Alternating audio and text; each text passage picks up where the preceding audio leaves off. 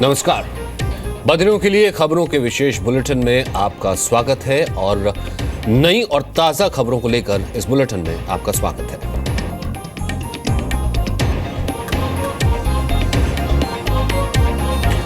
BRICS सम्मेलन के दौरान आज प्रधानमंत्री ने चीन के सामने पाकिस्तान पर जोरदार हमला बोला। ब्रिक्स नेताओं के साथ बैठक में पीएम मोदी ने पाकिस्तान पर आतंकवाद को पालने का आरोप लगाया। पीएम मोदी ने पाकिस्तान पर निशाना साधते हुए कहा कि दुनिया भर के टेरर मॉड्यूल्स पाकिस्तान से ही चलते हैं। पीएम मोदी ने पाकिस्तान पर आतंकवादियों को पनाह देने, राजनीतिक फायदे के लिए आतंकवाद का इस्तेमाल किए जाने का आरोप लगाया। पीएम मोदी ने आतंकवाद को विकास के लिए सबसे बड़ा खतरा बताया और ब्रिक्स नेताओं से आतंकवाद के खिलाफ एकजुट होने की अपील की। Our response to terrorism must, therefore, be nothing less than comprehensive.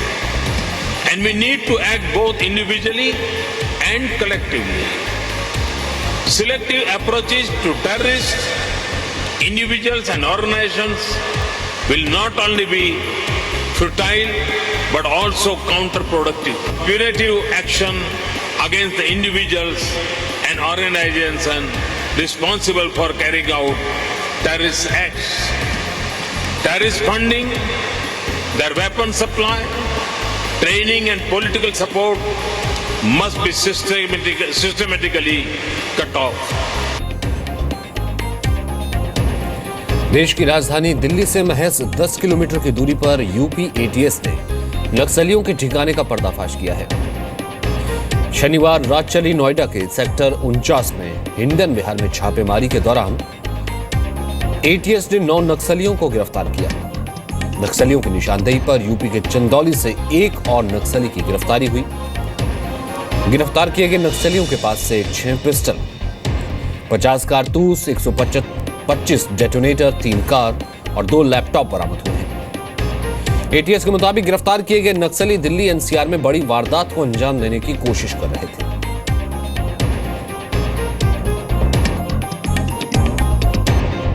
एक ग्रुप है जो पूर्वी उत्तर प्रदेश और पश्चिमी बिहार में नक्सलवादी गतिविधियों में सक्रिय पूर्व में रहा है और अभी भी है, और ये नोएडा में एक बेस बनाने की कोशिश कर रहा है। इन्होंने यहाँ पे 2 मकान किराए पे ले रखे थे।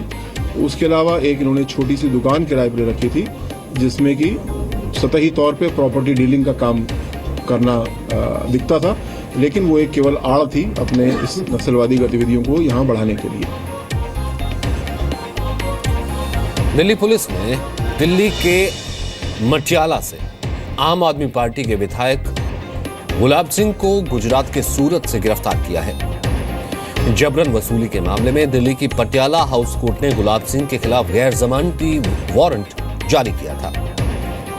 गुलाब सिंह आज सुबह सूरत के उमरा पुलिस स्टेशन में सरेंडर करने पहुंचे थे, जहां पुलिस ने उन्हें गिरफ्तार कर लिया। 13 सितंबर को दिल्ली के बिंदापुर थाने में गुलाब सिंह और उनके साथियों के खिलाफ जबरन वसूली का केस दर्ज किया गया था। दिल्ली पुलिस ने गुलाब सिंह को पूछताछ के लिए 2 बार नोटिस भेजा है, लेकिन वो पेश नहीं हुए, जिसके बाद पुलिस ने गुलाब सिंह के खिलाफ वारंट जारी करने की गुजारिश की। फिल्म मेकर अनुराग कश्यप के ट्वीट को लेकर विवाद खड़ा हो गया है।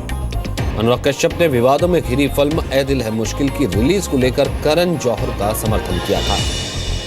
अनुराग कश्यप ने ट्विटर पर प्रधानमंत्री नरेंद्र मोदी को टैग करके ट्वीट किया था कि आपने पाकिस्तान के प्रधानमंत्री नवाज शरीफ से मुलाकात की, अपनी पाकिस्तान यात्रा पर माफी नहीं मांगी है। वो 25 दिसंबर था। उसी समय करण जौहर ए दिल है मुश्किल की शूटिंग कर रहे थे। ऐसा क्यों? अनुराग कश्यप ने पीएम की यात्रा पर सवाल उठाते हुए यह भी लिखा है कि उन्होंने अपनी यात्रा का लोगों के टैक्स के जरिए दिए पैसे से इस्तेमाल किया, जबकि फिल्म ए दिल है मुश्किल उन पैसों से शूट की गई जिसका इंटरेस्ट किसी ने यहां अदा किया है। हिसार के अग्रोहा धाम में 35वें वार्षिक मेले का आयोजन किया गया है। बीजेपी अध्यक्ष अमित शाह आयोजन के मुख्य अतिथि हैं और राज्यसभा सांसद डॉक्टर सुभाष चंद्रा आयोजन की अध्यक्षता कर रहे हैं। इस साल की तरह कई जानी मानी हस्तियां मेले में शामिल होने अग्रोहा धाम पहुंची हैं। मेले की शुरुआत आज सुबह 6 बजे शांति सरोवर में स्नान के साथ हुई। सुबह 7 बजे से ही आरती और पूजन का कार्यक्रम शुरू हुआ। इस मौके पर महिलाओं ने भव्य कलश यात्रा भी निकाली। हिसार के पास आदमपुर मंडल उपमंडल में 5 गांव और 6 पंचायतें वहां हैं जी। उनको मैं लेता हूं और उनको नरेंद्र भाई मोदी के सपने के अनुसार केवल आदर्श गांव ही नहीं बल्कि उनको स्मार्ट विलेजेस बना के आपको 1.5 वर्ष में दे देंगे। जम्मू कश्मीर के जुकरा आतंकी हमले में शहीद हुए एसएसबी के जवान घनश्याम गुर्जर को आज आखिरी विदाई दी गई। शहीद घनश्याम गुर्जर का पार्थिव शरीर जब राजस्थान के दौसा पहुंचा तो लोगों ने देशभक्ति के नारे लगाने शुरू कर दिए। शहीद के आखिरी दर्शन के लिए लोगों की भारी भीड़ उमड़ पड़ी। शहीद के परिवार में मातम पसर गया। पिता का रो रो कर बुरा हाल है, लेकिन इसके बावजूद परिवार को शहादत पर गर्व है। परिवार ने पाकिस्तान से आर पार की लड़ाई करने की गुजारिश की है। जम्मू कश्मीर में पाकिस्तान ने एक बार फिर सीजफायर का उल्लंघन किया है। राजौरी के नौशेरा सेक्टर में बीती रात से पाकिस्तानी सेना के जवान रुक रुक कर फायरिंग कर रहे हैं। भारतीय सेना के जवानों ने सीमा पार हो रही फायरिंग का मुंह तोड़ जवाब दिया। लगातार हो रही फायरिंग की वजह से स्थानीय लोग दहशत में हैं। पीओके में आतंकियों के खिलाफ भारतीय सेना के सर्जिकल स्ट्राइक के बाद सीमा पार से सीजफायर के उल्लंघन की घटनाएं बढ़ गई हैं। 28-29 सितंबर की रात के बाद से अब तक पाकिस्तान की ओर से 26 बार सीजफायर तोड़ा गया है।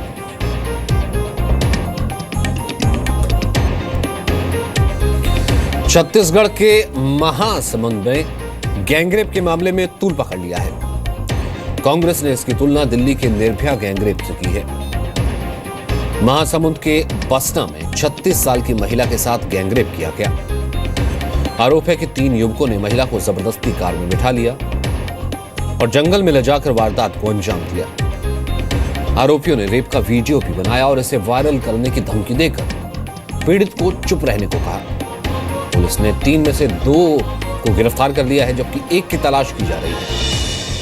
कहा जा रहा है कि गैंगरेप का एक आरोपी बीजेपी नेता जसबीर सिंह सलूजा का बेटा है।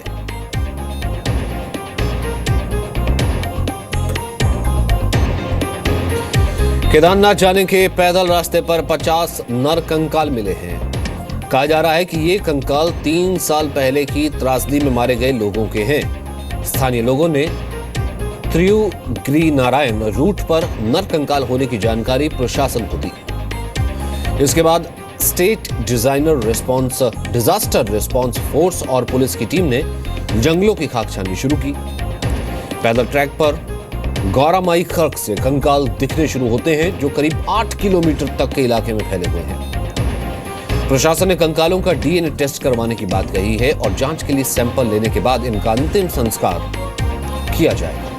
अमेरिका में राष्ट्रपति पद के चुनाव में रिपब्लिकन पार्टी की ओर से उम्मीदवार डोनाल्ड ट्रंप ने पीएम नरेंद्र मोदी की जमकर तारीफ की है।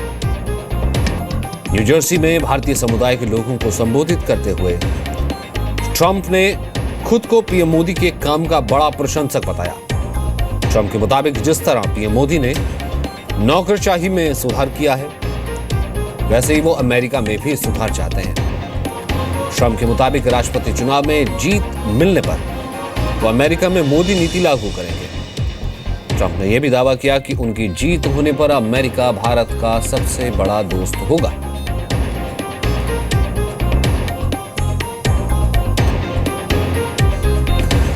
अमेरिका के उटाउ स्टेट के वर्जिन में दुनिया के सबसे बड़े स्टंटबाजों ने अपने हैरतअंगेज स्टंट से तमाम लोगों को चौंका दिया।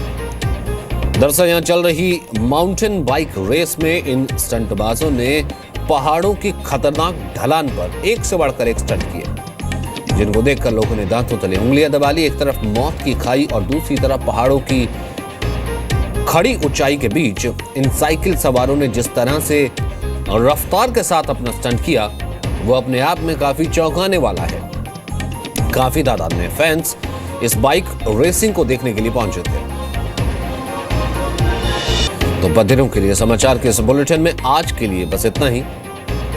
कल दोपहर 3:30 बजे हम फिर हाजिर होंगे दिन भर की बड़ी और नई खबरों के साथ। नमस्कार।